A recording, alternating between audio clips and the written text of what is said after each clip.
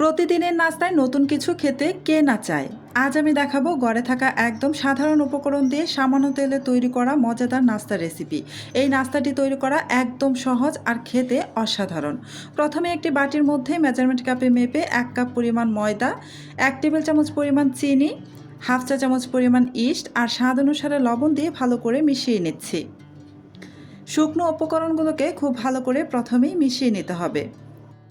এবার অল্প অল্প করে গরম পানি দিয়ে একটা সফট ডো বানিয়ে নিব। তাই অল্প অল্প করে পানি দিয়ে আমি চামচের সাহায্যেই প্রথমে নেড়েচেড়ে মিশিয়ে নিচ্ছি।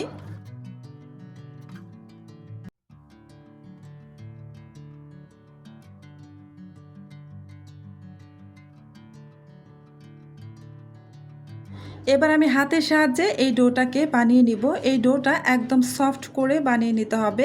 রুটি পরোটা বানানোর জন্য যেভাবে আমরা ডো বানিয়ে থাকি ঠিক সেভাবে ডোটা বানিয়ে নিতে হবে। এই যে ডোটা কিন্তু আমার বানানো হয়ে গেছে।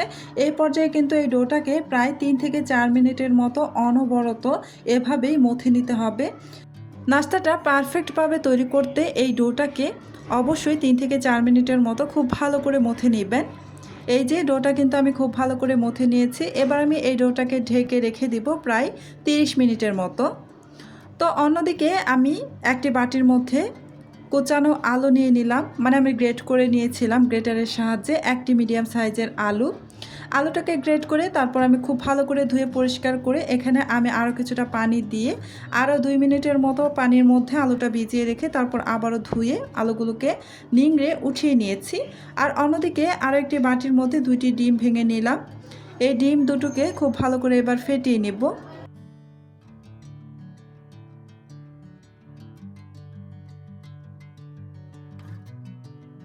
ফেটানো ডিমটাকে আমি একটা সাইডে সরিয়ে রেখে এবার আমি চলে যাচ্ছি চুলায় একটা প্যান বসিয়ে দিয়েছি। প্যানের মধ্যে আমি পর্যাপ্ত পরিমাণে তেল দিয়েছিলাম আগে থেকেই। এবার এই তেলের মধ্যে আমি দিয়ে দিলাম একটি মিডিয়াম সাইজের পেঁয়াজ কুচি করে, দিয়ে দিচ্ছি 2টি কাঁচামরিচ। আপনাদের ইচ্ছে অনুযায়ী এখানে কাঁচামরিচটা ব্যবহার করতে পারেন, যে যেমন ঝাল খেতে পছন্দ করবেন। এবার নাড়াচাড়া করে পেঁয়াজ আর কাঁচামরিচটা কিছুক্ষণ ভেজে নেব। হালকা নরম হওয়া পর্যন্ত ভেজে নিলেই হবে। হালকা নরম হয়ে এসেছে। এবার এখানে আমি স্বাদ অনুসারে লবণ দিয়ে দিলাম, 1 চিমটির মতো হলুদের গুঁড়ো দিয়ে দিলাম আর হাফ চা চামচ পরিমাণ এখানে মরিচের গুঁড়ো দিয়ে দিলাম। ঝালটা আপনাদের ইচ্ছে অনুযায়ী দিবেন। আমি আবারও বলে দিচ্ছি, ভাজা জিরার গুঁড়ো দিয়ে দিলাম হাফ চা চামচ পরিমাণ, আর দিয়ে দিব হাফ চা চামচ পরিমাণ ধনিয়ার গুঁড়ো।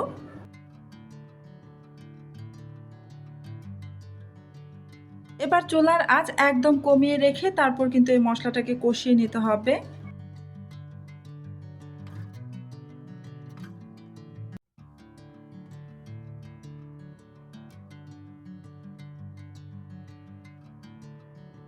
মশলা কষানোর পর এখানে আমি আগে থেকেই কুচি করে রাখা আলু এখানে দিয়ে নাড়াচাড়া করে ভালো করে মিশিয়ে নিচ্ছি। তো যারা এ পর্যন্ত আমার ভিডিওটা দেখতেছেন প্লিজ আমার ভিডিওতে একটা লাইক দিয়ে দিবেন। আর আমার চ্যানেলটি যদি আগে থেকেই সাবস্ক্রাইব করে দেওয়া না থাকে প্লিজ আমার চ্যানেলটি সাবস্ক্রাইব করে পাশে থাকা বেল আইকনটি অন করে রাখবেন।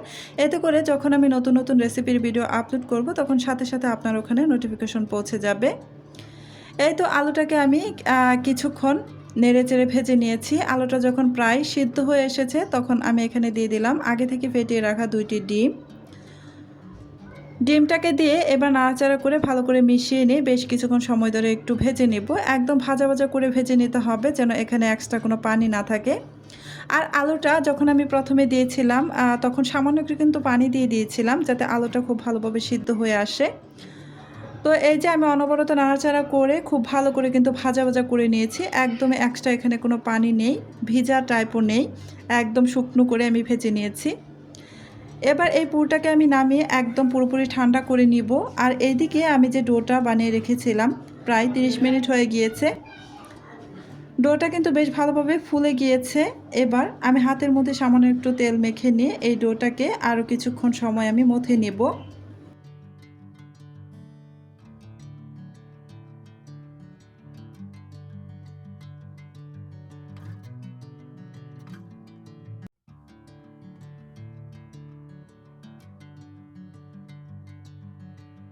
ডোটাকে ভালো করে মথে নিয়ে তারপর আমি 3 ভাগে ভাগ করে 1 ভাগ পরিমাণ নিয়ে আমি এই যে সামান্য একটু আটা ছিটিয়ে দিয়ে একটি রুটি বেলে নিব। বেশ বড় সাইজের একটি রুটি বেলে নিতে হবে। আর রুটিটা খুব বেশি মোটা বা একদম কাগজের মতো পাতলা নয়, মিডিয়াম করে রুটিটা বেলে নিতে হবে। আর আমি যে পুরটা বানিয়ে রেখে দিয়েছিলাম, একদম পুরোপুরি ঠান্ডা হওয়া পর্যন্ত রেখে দিয়েছি। পুরটা কিন্তু ঠান্ডা হয়ে গিয়েছে। আর এখানে আমি কিছুটা ধনিয়া পাতা কুচি দিয়ে আবারও একটু মিশিয়ে নিচ্ছি। ধনিয়া পাতা কুচিটা যখন চুলায় ছিল পুরটা, তখন কিন্তু দেওয়ার দরকার ছিল, তখন আমার মনে ছিল না, তাই দেইনি। তাই এখন আমি দিয়ে মিশিয়ে নিলাম। আপনারা চাইলে কিন্তু ধনিয়া পাতাটা স্কিপ করতে পারবেন। তো এই পুরটাকে আমি 3 ভাগে ভাগ করে নিয়ে 1 ভাগ পরিমাণ পুর আমি এই যে রুটির এক সাইডে রেখে দিলাম।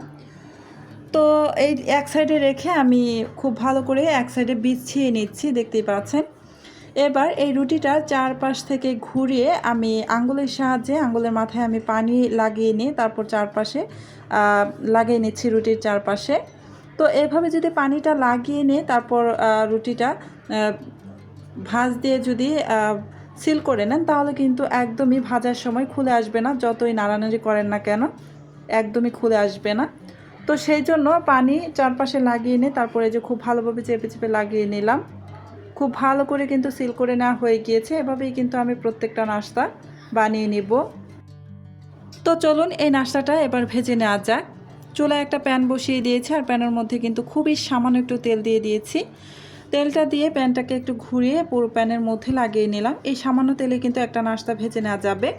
খুব বেশি কিন্তু তেলের প্রয়োজন নেই, খুব সামান্য একটু তেল দিয়ে ভাজতে পারবেন। তো আপনারা চাইলে কিন্তু একদম তেল ছাড়াও কিন্তু এটা ভেজে নিতে পারবেন, তো সেটা আপনাদের ইচ্ছে। তো আমি সামান্য একটু তেল দিয়ে তারপরে এই যে উল্টে পাল্টে নাস্তাটাকে ভেজে নিচ্ছি। আর এই নাস্তাটা ভাজার সময় চুলার আঁচ কিন্তু মিডিয়াম টু লো আঁচের মাঝামাঝিতে থাকবে। এই নাস্তাটা কিন্তু একদম লো আঁচে দিয়েও নাস্তাটা ভাজা যাবে না, আবার মিডিয়ামের থেকে একটু বাড়িয়ে দিয়েও কিন্তু নাস্তাটা ভাজা যাবে না। এই নাস্তাটা ভাজতে হবে একদম মিডিয়াম টু লো আঁচের মাঝামাঝিতে রেখে। তো একটি নাস্তা আমার ভেজে নেওয়া হয়ে গিয়েছে, তাই আমি উঠিয়ে নিয়েছি। দ্বিতীয় নাস্তাটি ভাজার জন্য চুলায় আমি আরও সামান্য একটু তেল দিয়ে দিলাম। প্রতিটা নাস্তা ভাজার পূর্বে আমি খুবই সামান্য একটু করে তেল দিয়ে দিব। দিয়ে আমি দুই পাশে উল্টে পাল্টে খুব সুন্দর একটা কালার আসা পর্যন্ত ভেজে নেব। আর আপনারা দেখে নিশ্চয়ই বুঝতেই পারছেন কত সুন্দরভাবে এক একটা নাস্তা ফুলে উঠতেছে। তো দুই পাশেই খুব সুন্দর করে ভেজে নেওয়া হয়ে গিয়েছে। এবার এটাকেও নামিয়ে নেব। সেমভাবে আমি বাকি নাস্তাটাকেও ভেজে নিয়েছি। তো এই যে দেখতেই পাচ্ছেন সবগুলো নাস্তা কিন্তু আমার ভাজা হয়ে গিয়েছে। তো এই নাস্তাগুলো এত নরম, তুলতুলে, মানে কি বলবো, একদম সফট এই নাস্তাগুলো। তো খেতে মাশাআল্লাহ খুবই সুন্দর, খুবই মজাদার এই নাস্তাটা। আপনারা কিন্তু চাইলে একবার এই নাস্তাটা বাসায় ট্রাই করে দেখতে পারেন। আশা করছি আপনাদের কাছেও আমার মতো অনেক বেশি ভালো লাগবে। তো এই নাস্তাগুলো অবশ্যই ঝাল ঝাল টমেটো সসের সাথে পরিবেশন করবেন, খেতে অসম্ভব টেস্টি লাগে। আর এই যে দেখুন ভেতরের অবস্থাটা কতটা সুন্দর, পুরে ভরপুর নাস্তাটা, দেখতেও কতটা সুন্দর লাগছে। আর দেখলেনই তো নাস্তাটা বানানো কতটা সহজ, আর একদমই ঘরে থাকা সাধারণ কিছু উপকরণ দিয়ে কিন্তু আমি নাস্তাটা তৈরি করেছি। আজ তাহলে এখানেই বিদায় নিচ্ছি। আপনারা অনেক বেশি সুস্থ থাকবেন, ভালো থাকবেন। আল্লাহ হাফেজ।